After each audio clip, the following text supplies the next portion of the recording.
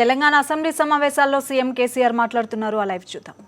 ఉందా లేదా అనే విషయం కోర్టు వివాదాలు కూడా ఉన్నందున తీర్పుకు లోబడే కొనుగోలుదారులకు హక్కులుంటాయనే విషయాన్ని కూడా ప్రభుత్వం ముందే కొనుగోలుదారులకు తెలియపరిచింది. 2010 అక్టోబర్ 8న సుప్రీంకోర్టు ప్రభుత్వానికి అనుకూలంగా తీర్పు ఇచ్చింది. ఈ తీర్పు తర్వాత ఏపీఐఐసి కొనుగోలు చేసిన భూమిని రిజిస్టర్ చేసుకోవాలని 7 సంస్థలను ప్రభుత్వం కోరింది. ఆ 7 సంస్థల్లో ఒకటైన డిఎల్ఎఫ్ సంస్థ 2007 ఆగస్టు 27న ఎకరానికి 18.11 కోట్ల రూపాయల రేటుతో మొత్తంగా 452.75 కోట్లు చెల్లించి వేలంలో 25 ఎకరాలు కొనుగోలు చేసింది. అదే సంస్థ 2007 నవంబర్ 20న ఎకరానికి 20.10 కోట్ల రూపాయల రేటుతో 635 ఎకరాలను 127.75 కోట్ల రూపాయలు చెల్లించి వేలంలో కొనుగోలు చేసింది. డిఎల్ఎఫ్ సంస్థ మొత్తంగా 580.51 కోట్ల రూపాయలు చెల్లించి 31.30 ఎకరాల భూమిని కొనుగోలు చేసింది. ఇలా కొనుగోలు చేసిన భూమిని 34.83 కోట్ల రూపాయల స్టాంపు డ్యూటీ చెల్లించి డిఎల్ఎఫ్ సంస్థ 2013 సెప్టెంబర్ 6న రిజిస్టర్ చేసుకున్నది. ఇలా కొనుగోలు చేసిన సంస్థలు నిర్మాణాల కోసం జీహెచ్ఎంసీని అనుమతి కోరాయి. అయితే ఈ భూమిలో కొంత భాగం జీఓఎంఎస్ నంబర్ 4 ప్రకారం వారసత్వ సంపద కింద నమోదై ఉన్నందున అనుమతులు నిరాకరించబడ్డాయి. ఈ విషయాన్ని జీహెచ్ఎంసీ ప్రభుత్వ దృష్టికి తీసుకెళ్లింది. ప్రభుత్వం అధికారులు నిపుణులతో కూడిన కమిటీని నియమించింది. ఆ కమిటీ 2014 జనవరి 10న నివేదిక ఇచ్చింది.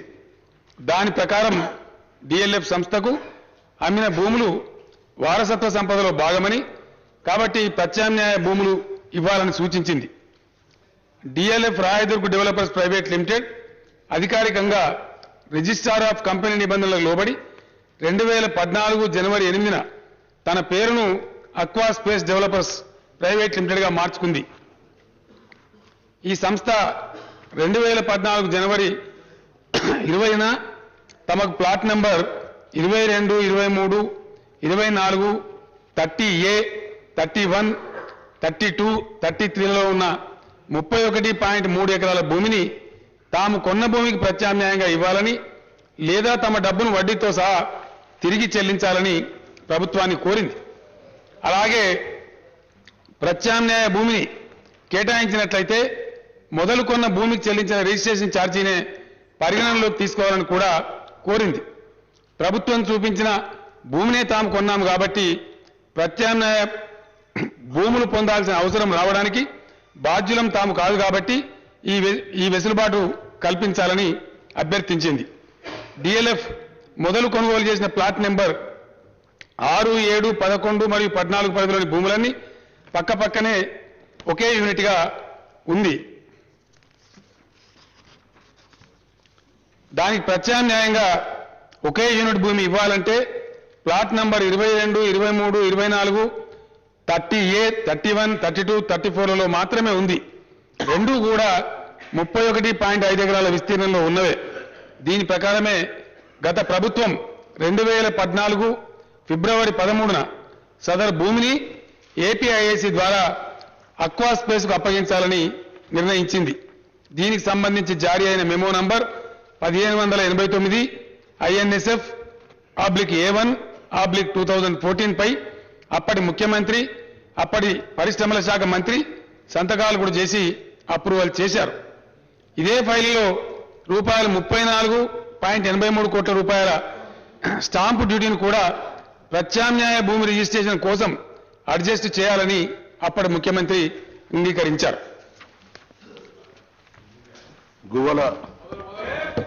గువ్వల బాలరాజు గారు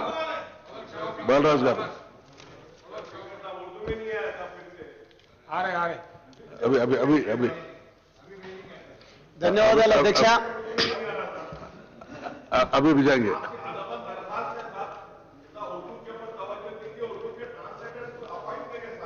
जरूर जरूर अकबर साहब, वो अभी अभी आ रहे इसको मंगाएंगे, उर्दू में देंगे साहब, उर्दू में देंगे मंगा साहब, के आपको भेजाएंगे। उर्दू में बालराज गाరు ధన్యవాదాలు అధ్యక్ష, ఈ విషయంపై మాట్లాడడానికి అవకాశం ఇచ్చినందుకు.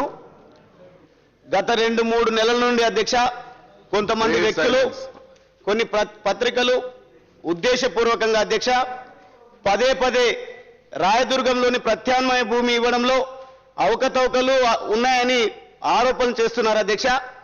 ఈ ప్రభుత్వం వేల కోట్ల రూపాయల ఆస్తిని అప్పనంగా రాసిచ్చారని కూడా కొందరు అంటున్నారు అధ్యక్ష.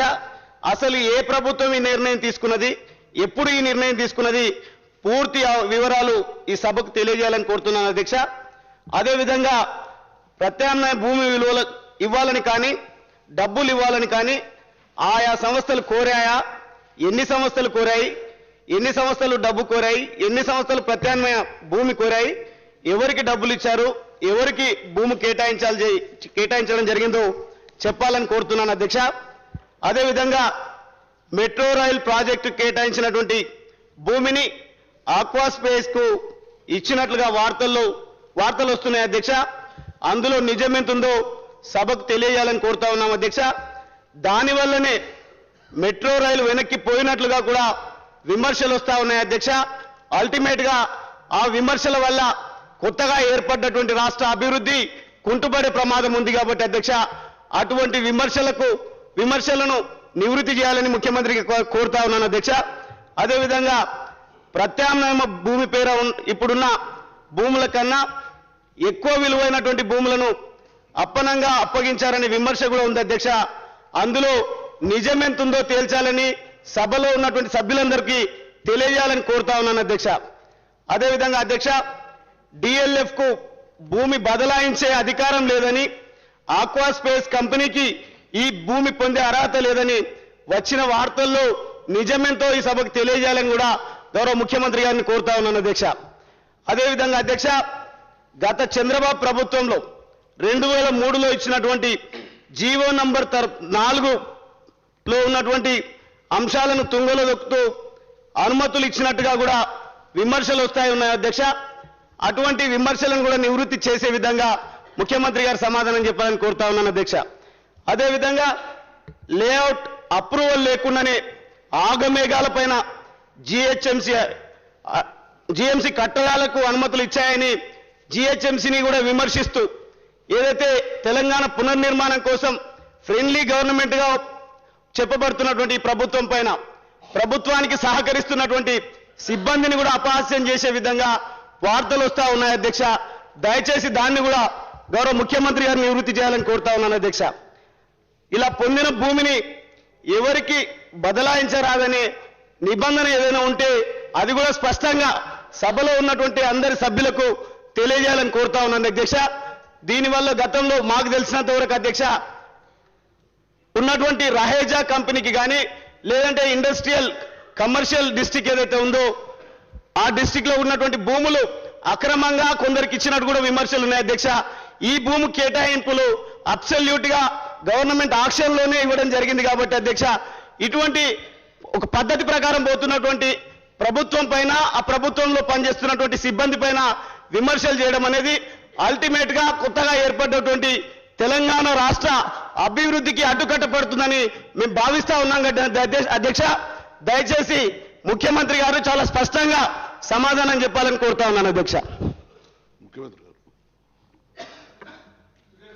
అధ్యక్ష లేదండి చాలా చాలా ఉన్నాయి.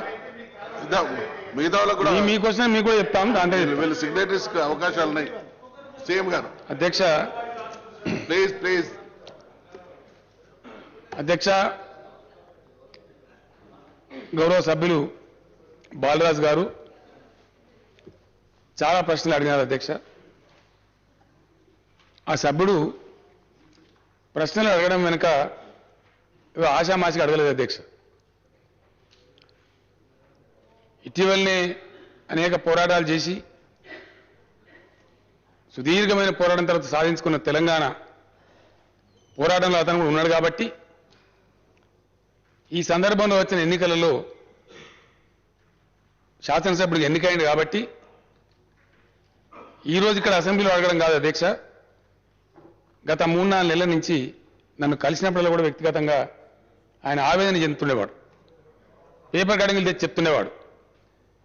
వీళ్ళకి ఎందుకు సమాధానం చెప్తలేదు సార్ మీరంటే, నేను చెప్పిన ఏనుగు పోతుంటే కొన్ని చిన్న చిన్న జంతువులు గోల చేస్తుంటాయి, పడుచుకోవాల్సిన అక్కర లేదు, ఇట్లాంటి సహజంగానే ఉంటాయి, మనం పెద్దగా వాటిని ఖాతరు చేయాల్సిన అక్కర కూడా లేదు. శాసనసభ సమావేశాలు రానియండి, అక్కడ అన్ని విషయాలు సభా వేదికగా చెప్దాం, ప్రజలకు పోతుంది అనే మాట కూడా చెప్పడం జరిగింది అధ్యక్ష. ఎందుకంటే అధ్యక్ష, తమరు నేను ఒక మాట కోరుతున్నా అధ్యక్ష, సభ జరపడానికి కొన్ని పద్ధతులు ఉంటాయి అధ్యక్ష. వ్యక్తులు తమ స్థాయిని అనుసరించి ఒక లిమిట్ వరకు విమర్శలు చేయడానికి అవకాశం ఉంటుంది అధ్యక్ష.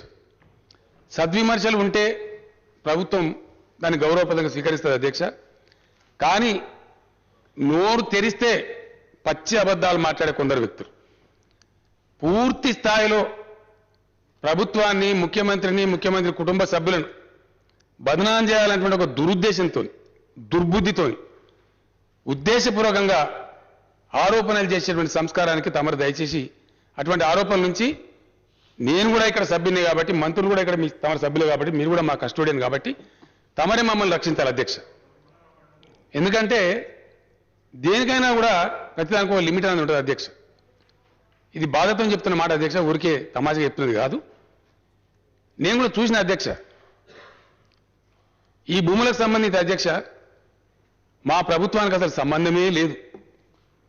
ఈ భూములు వేలం వేయొద్దని ధర్నా చేసిన వాళ్ళలో నేటి ఆర్థిక మంత్రి ఈటల రాజేందర్ అధ్యక్ష. తెలంగాణ ఆస్తులు తెగనమ్ముతున్నారని ఇందిరా పార్క్ దగ్గర ధర్నా చేసిన ధర్నాలో నేను స్వయంగా పాల్గొన్న అధ్యక్ష. అమ్మవద్దన అడ్డం పడ్డం ఇదే శాసనసభలో కూడా స్తంభింప చేసిన అధ్యక్ష. అయినా ఆనాటి రాజశేఖర రెడ్డి గారి ప్రభుత్వం చాలా మొండిగా, చాలా ఒక రకమైనటువంటి తూలనాడే భావంతో ఈ తెలంగాణ భూముల అమ్మకానికి అధ్యక్ష, 1 కాదు 2 కాదు అధ్యక్ష, మొన్న జానారెడ్డి గారు స్వయంగా సభలో అడ్మిట్ చేసిండ్రు. 10,000 కోట్ల రూపాయల భూములు అమ్మిన మేము 10,000 కోట్లు సేకరించామని జానారెడ్డి గారు చెప్పిన అధ్యక్ష. వాస్తవం. ఈ ఒక్క భూమిలోనే ఇచ్చినటువంటి జీవోలో 7,600 కోట్ల రూపాయలు మా ప్రభుత్వానికి జమ చేయండి అని చెప్పి ప్రభుత్వం ఆదేశించింది అధ్యక్ష. అధ్యక్ష, టీఆర్ఎస్ ప్రభుత్వాన్ని పక్కన పెడితే ఈ భూములకు సంబంధించిన సమగ్ర సకల తతంగం, అన్ని రకాల డెసిషన్స్, అన్ని రకాల కేటాయింపులు తెలంగాణ రాష్ట్రం కూడా ఏర్పడక ముందే జరిగినాయి అధ్యక్ష. తెలంగాణ రాష్ట్రం బిల్లు పాస్ అయింది అధ్యక్ష 18th ఫిబ్రవరి లోక్సభ అధ్యక్ష.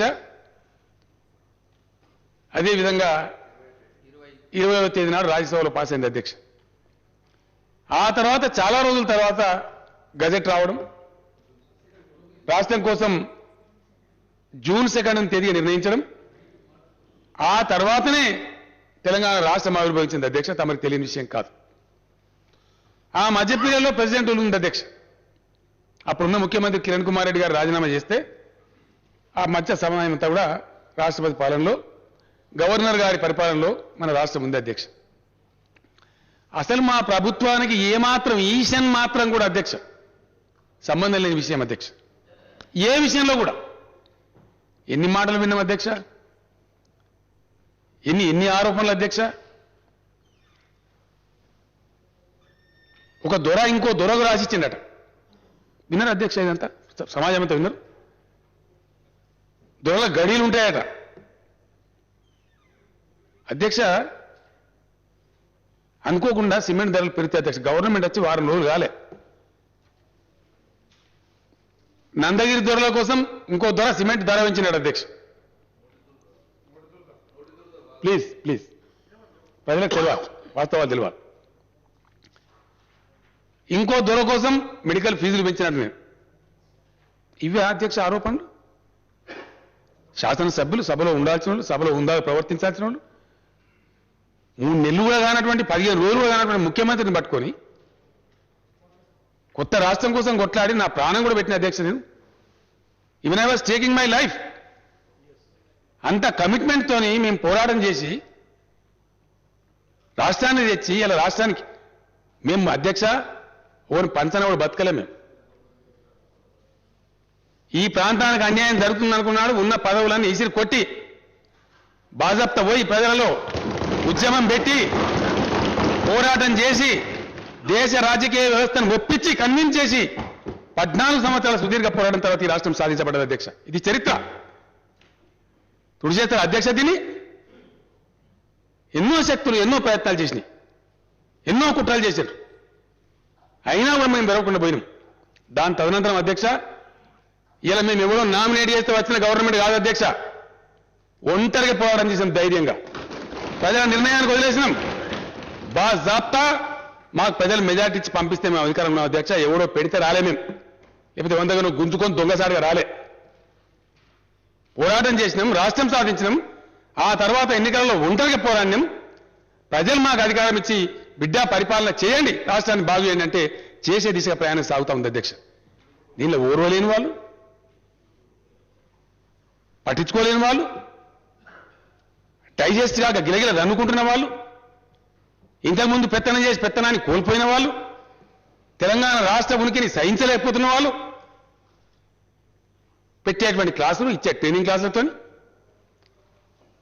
ఇచ్చేటువంటి ఎంగిలి మెతుగా కాసపడి కొత్త రాష్ట్రం, రాష్ట్రం యొక్క గౌరవం, రాష్ట్రం యొక్క మర్యాద ఏం చేసినా దానిలో విమర్శ అధ్యక్ష. అధ్యక్ష మేము వచ్చినాడు సిమెంట్ ధర పెరిగితే నేను ఒక దొర కోసం సిమెంట్ ధర పెంచి అంటారు. ఇవాళ అధ్యక్ష ఈరోజు today the cement rate in the state of Telangana is 230 rupees per bag. 230 రూపాయల బస్తా ఉంది ఇక్కడ. అదే పొరుగు రాష్ట్రమైన ఆంధ్రప్రదేశ్లో ఇలా 300 రూపాయలు అధ్యక్ష. ఎవరి కోసం పెంచిన అధ్యక్ష? ఈ రోజు ఈ గంటకున్న సూచి ఇప్పుడు ఈ నిమిషంలో ఉన్న రేట్ అధ్యక్ష. దీనికి ఎవరిని బదనాం చేస్తారు అధ్యక్ష? మేము అంటున్నామా? అక్కడ ఎవరి కోసం పెంచిన అధ్యక్ష? ఇవి ఆరోపణలు అధ్యక్ష. ఆరోపణల స్థాయా? పొద్దునలో మిత్రులు మాట్లాడినరు, మంచి నిర్మాణాత్మకంగా మాట్లాడినరు. ప్రభుత్వం చెరువులు ఇచ్చారని మంచి ఒక టీడీపీ నాయకుడు దయాకరావు మాట్లాడారు, లక్ష్మణ్ గారు మాట్లాడారు. ఇవి పారదర్శకంగా ఉండాలన్నారు, ప్రభుత్వానికి హెచ్చరిక చేసిండ్రు.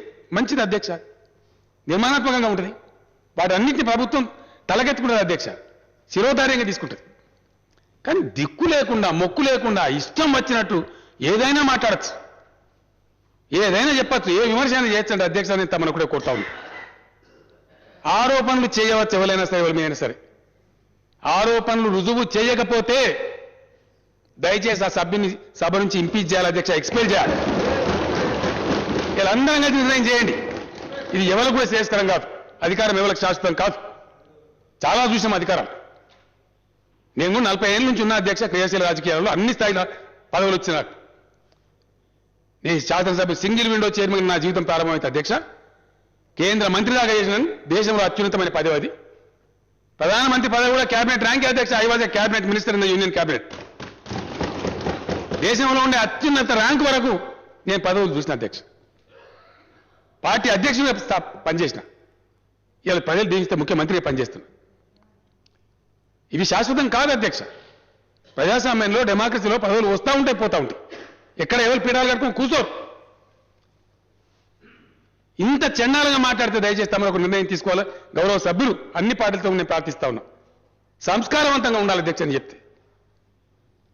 సంస్కారం దాటిపోతే సభ్యులను కానీ, నన్ను కానీ, మంత్రివర్గ సభ్యులను కానీ దయచేసి మేము కూడా, మాకు కూడా తమరే కష్టపడే అధ్యక్ష. మా హక్కులు కాపాడే బాధ్యత తమరి మీదే ఉంటుంది. దీన్ని నిర్ణయం జరగాలని కోరుతున్న అధ్యక్ష. దీని వివరాలు అధ్యక్ష మాకు సంబంధం లేదు అధ్యక్ష. ఇప్పుడు నోట్ ఫైల్ రెడీగా ఉంది. నేను ఫైల్ తెచ్చి మీ టేబుల్ మీద పెడతా అధ్యక్ష, తమరి పరిశీలన పెడతా. ఏ సభ్యులైనా సరే, ఎవరైనా సరే దాన్ని పరిశీలన చేసుకోవచ్చు. We are welcoming. మా మేమేం చెయ్యలే అధ్యక్ష. దీనిలా ఇది జరిగింది ఏంటంటే అధ్యక్ష,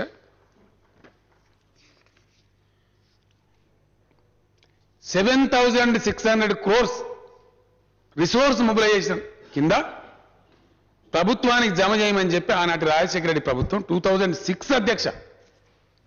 today 8 years back, today year 2014 వారు ఉత్తర్వులు జారీ చేసిన ముఖ్యమంత్రి గారు. ఏపీఐఐసికి ఆ భూములు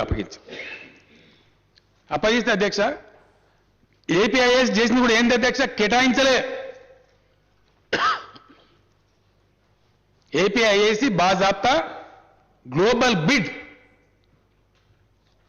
national level international bid float చేసి ఆ సంస్థ ఆక్షన్ కండక్ట్ చేసింది అధ్యక్ష. ఆ ఆక్షన్లో పాల్గొన్న వాళ్ళు అధ్యక్ష మిత్రుడు బాలరాజు గారు అడిగినారు ఎవరెవరు పాల్గొన్నారని. ఏపీఐఐసికి ఆనాడి ప్రభుత్వం 2006 GOMS 161 ద్వారా కేటాయించిన మొత్తం భూమి అధ్యక్ష 470.33 ఎకరాలు. ఇందులో ఫిజికల్ గా సర్వే చేస్తే మరి అది ఏం కారణాలో తెలియదు, వరకు అర్థం కాలే, ఇంకా కూడా వెరిఫై చేస్తున్నారు అధికారులు. 439.42 ఎకరాలు మాత్రమే నికరంగా అక్కడ భూమి ఏపీఐసికి లభించింది అధ్యక్ష. అవుట్ ఆఫ్ సర్వే పేపర్ మీద కేటాయించిందేమో 470, రియల్ గా యాక్చువల్గా వాళ్ళకు ఏపీఐసికి లభించిందేమో 439.42 ఎకర్స్. ఆ తదనంతరం అధ్యక్ష వేలం వేసిన భూమి 105.54 ఎకరాలు అధ్యక్ష. ఇది వేసేటప్పుడే అధ్యక్ష ఒక ప్రైవేట్ వ్యక్తి భూమి మాది అని చెప్పి సుప్రీంకోర్టులో క్లెయిమ్ చేస్తే అప్పటికి మ్యాటర్ సుప్రీంకోర్టులో పెండింగ్ ఉంది అధ్యక్ష. ఆక్షన్ నోటీసులోనే నోటిఫై చేసింది అధ్యక్ష ఆనాడు ప్రభుత్వం. This auction, this sale of lands ఈ subject to final judgement of the supreme court of India చెప్పి ఓపెన్ దాని రహస్యం లేదు అధ్యక్ష, పెట్టి ఆక్షన్ కండక్ట్ చేసి ఓపెన్ ఆక్షన్ అధ్యక్ష. దానిలో అనేక మంది పాల్గొన్నారు. పాల్గొన్న వాళ్ళలో దేవభూమి రియల్టర్స్ అధ్యక్ష 30 ఎకరాలు, వాళ్ళు చెల్లించిన మొత్తం ఎకరానికి 16.10 కోట్ల చొప్పున 483 కోట్ల రూపాయలు పెట్టి ఈ దేవభూమి రియల్టర్స్ అనే వాళ్ళు భూమి కొనుక్కున్నారు అధ్యక్ష. వీళ్ళు బెంగళూరు. డిఎల్ఎఫ్ అధ్యక్ష, ఈ డిఎల్ఎఫ్ వాళ్ళు 2 ముక్కలు కొన్నారు. డిఎల్ఎఫ్ అధ్యక్ష వీళ్ళు గురుగాంలో ఉంటారు. గురుగాం అంటే హర్యానా రాష్ట్రంలో ఉంటారు, ఢిల్లీలో ఉంటారు వీళ్ళ హెడ్ ఆఫీసు. ఒక ఆయన బెంగళూరు అధ్యక్ష, ఇంకో ఆయన ఢిల్లీ. ఎవరో ఒక్కడు కొనలే, ఎవరి బంధువులు కొనలే. ఒక అక్కడ కొంటే ఒకటి ఇక్కడ కొన్నాడు. That to open action, different dates లో జరిగిన యాక్షన్స్ అధ్యక్ష, ఒకరోజు జరిగిన యాక్షన్స్ కావి. డిఎల్ఎఫ్ 25 ఎకరాలు 18.11 కోట్లు, ఒక ఎకరా చొప్పున 452 కోట్ల 75 లక్షలు పెట్టి 25 ఎకరాలు కొన్నారు అధ్యక్ష. అదే డిఎల్ఎఫ్ మరొక రోజు కొద్ది రోజుల తర్వాత జరిగిన ఆక్షన్లో 6.35 ఎకరాలు 20.10 కోట్ల ఎకరం చొప్పున 127.76 కోట్ల కొన్నారు అధ్యక్ష. మొత్తం 480 కోట్ల పైచిలకు వీళ్ళు కన్సిడరేషన్ కొన్నారు అధ్యక్ష. ఒక డిఎల్ఎఫ్ సంస్థ 580 అధ్యక్ష. డిఎల్ఎఫ్ చెల్లించిన మొత్తం 580.51 కోట్ల అధ్యక్ష. దీనికి అదనంగా 34.83 పే చేసి రిజిస్ట్రేషన్ చేయించుకున్నారు అధ్యక్ష, మన ప్రభుత్వానికి రిజిస్ట్రేషన్ పే చేసి. అంటే 600 కోట్ల పైచీలకు డబ్బులు పే చేసి బాజాప్తాగా కొన్నటువంటి భూమి ఇది ఎవరు కేటాయించలే, ఎవరికి కేటాయించలే. ఇది వాస్తవం అధ్యక్ష, కఠోరమైన సత్యం. దీని తర్వాత అధ్యక్ష ఐటీసీ ఢిల్లీ 5 ఎకరాలు వీళ్ళు వేలం పాడింది ఎకరానికి 25.50 కోట్ల రూపాయలు చొప్పున. వీళ్ళు దీన్ని 127 కోట్ల కొన్నారు అధ్యక్ష, 127.50 లక్షలకు కొన్నారు అధ్యక్ష. మైహోమ్ అనే ఒక సంస్థ అధ్యక్ష, మన హైదరాబాద్ రాష్ట్రానికి ఇప్పుడు తెలంగాణ చెందినటువంటి రియల్ ఎస్టేట్ సంస్థ అధ్యక్ష 5 ఎకరాలు 20 కోట్ల ఎకరం చొప్పున 100 కోట్లు పెట్టి 5 ఎకరాలు కొన్నారు అధ్యక్ష. ఇదే మైహోమ్ వాళ్ళకి చెందినటువంటి ఇంకో సంస్థ అధ్యక్ష పైనీర్ ఇన్ఫ్రా, ఇది దాని సబ్సిడరీ అధ్యక్ష, మైహోమ్ యొక్క సబ్సిడరీ. వీళ్ళు మరో 5 ఎకరాలు 20 కోట్ల ఎకరం చొప్పున 100 కోట్ల రూపాయలు 200 కోట్లు పెట్టి 2 కంపెనీల మీద మైహోమ్ సంస్థ కూడా భూమి 10 ఎకరాలు కొనుక్కున్నారు అధ్యక్ష. పూర్వాంకర అనే ప్రాజెక్ట్ అధ్యక్ష, ఇది బెంగళూరుకు సంబంధించినటువంటి. ఈ పూర్వాంకర ప్రాజెక్ట్ 19.19 ఎకరాలు 21 కోట్లకు ఒక ఎకరం చొప్పున వీళ్ళు 403 కోట్లు పెట్టి 19.19 ఎకరాలు కొనుక్కున్నారు అధ్యక్ష. టీబీపీపీ ఢిల్లీ 10 ఎకరాలు కొనుక్కున్నారు అధ్యక్ష, 22.20 కోట్ల ఎకరం చొప్పున పాట బాడి ఆక్షన్లో మొత్తం 224.80 కోట్లకు అంటే 224 కోట్ల 80 లక్షల రూపాయలకు వీళ్ళు 10 ఎకరాల భూమిని కొనుక్కున్నారు అధ్యక్ష. ఇది కొనుగోలు చేసిన అధ్యక్ష, ఆక్షన్లో కొనుగోలు చేసిన అధ్యక్షులు. వీళ్ళకి ఎవరు కేటాయించలే, లాటరీ పెట్టలే, ఇంకోటి చేయలే. బాజాప్తాగా ఓపెన్ ఆక్షన్ కండక్ట్ చేస్తే ఓపెన్ ఆక్షన్లో ఆ రోజు భూమి ఉంది కాబట్టి ఇంత హైయెస్ట్ రేట్ సాధారణంగా ఉండే అధ్యక్ష. ఇదే భూములకు ఇవ్వాలి ఈ ధర లేదు అధ్యక్ష, ఈ వాల్యూ లేదు. ఇది సత్యం, ఇట్లా ఉంటుంది. కానీ దీన్ని 500 కోట్లు పోయినాయి, 1000 కోట్లు పోయినాయి, ఎవడో ఎత్తుకొని పోయిండు అనేటువంటి తప్పుడు ప్రచారాలు, దుర్మార్గమైన ప్రచారాలు జరిగినాయి అధ్యక్ష. ఆ వివరాలు ముందుకు చెప్తా అధ్యక్ష. బిల్లు కూడా పాస్ కాలే అధ్యక్ష.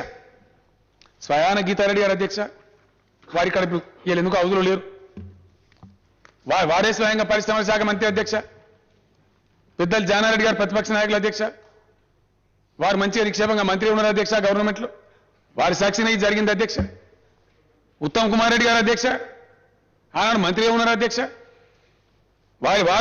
వారి సాక్షిగా జరిగింది అధ్యక్ష. ఇది గౌరవనీయులు భట్టి విక్రమార్క గారు ఉపసభాపతిగా ఉన్నారు అధ్యక్ష కొంతకాలం పాటు, వారి సాక్షిగా జరిగింది అధ్యక్ష. ఇది రావు కరెక్ట్. ఇక నేను కూడా పనిచేస్తాను డిప్యూటీ స్పీకర్. గౌరవనీయులు డికే అరుణ గారు మంత్రి ఉన్నారు అధ్యక్ష, వారి సాక్షిగా జరిగింది అధ్యక్ష. ఇది మేం చేయలే అధ్యక్ష.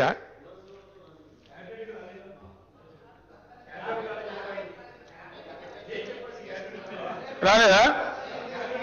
అది మీరు కూడా ఉన్నారు కదా, జీవన్ రెడ్డి గారు ఉన్నారు అధ్యక్ష కొంతకాలం పాటు.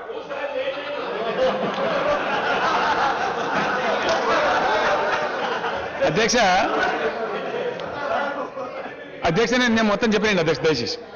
అధ్యక్ష జానారెడ్డి గారు దయచేసి నన్ను మొత్తం చెప్పనియండి, మీరు మొత్తం వినండి. Please, please. మీరు మొన్న ఎక్కడ అన్నారు, నేను పేపర్లో చూసిన అధ్యక్ష, ప్రతిపక్ష నాయకులు గారు అన్నారు, Please take your...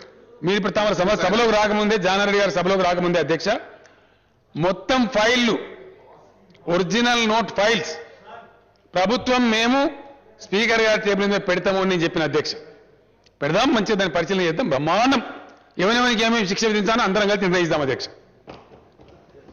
అధ్యక్ష అప్పటి పరిశ్రమల శాఖ మంత్రివర్యులు గీతారెడ్డి గారు చేసిన ఎండార్స్మెంట్ అధ్యక్ష. ఇదంతా ఏమైంది అధ్యక్ష? ఇచ్చేసిన అధ్యక్ష. ఇచ్చిన తర్వాత ఏమైంది, కొంతమంది వ్యక్తులు పిటిషన్లు పెట్టిన అధ్యక్ష. దీనిలో హైదరాబాద్ రాక్స్ ఉన్నాయి. ఇదో విచిత్రమైన కథ అధ్యక్ష. వాడు ఎవడు పిడిచాడో, ఎక్కడికి పిడిచాడో, ఓపెన్ ల్యాండ్ హెరిటేజ్ ఉంటుంది అధ్యక్ష అన్న ప్రపంచంలో. ఓపెన్ ల్యాండ్ హెరిటేజ్ అంటే భూమి మీద ఎవడే మాట్లాడుతుంది కానీ భూమి కూడా హెరిటేజ్ వచ్చింది అంతే, ఓలం హెరిటేజ్. ఇక పుట్టిన వాళ్ళ చెట్ల కింద బతకాలి, చచ్చిపోవాలి అధ్యక్ష, ఏం ముట్టదు ఏం పట్టదు, బికాజ్ హెరిటేజ్. చాలా విచిత్రంగా ఎక్కడి నుంచి వచ్చినాయి కమిటీలు రూల్స్.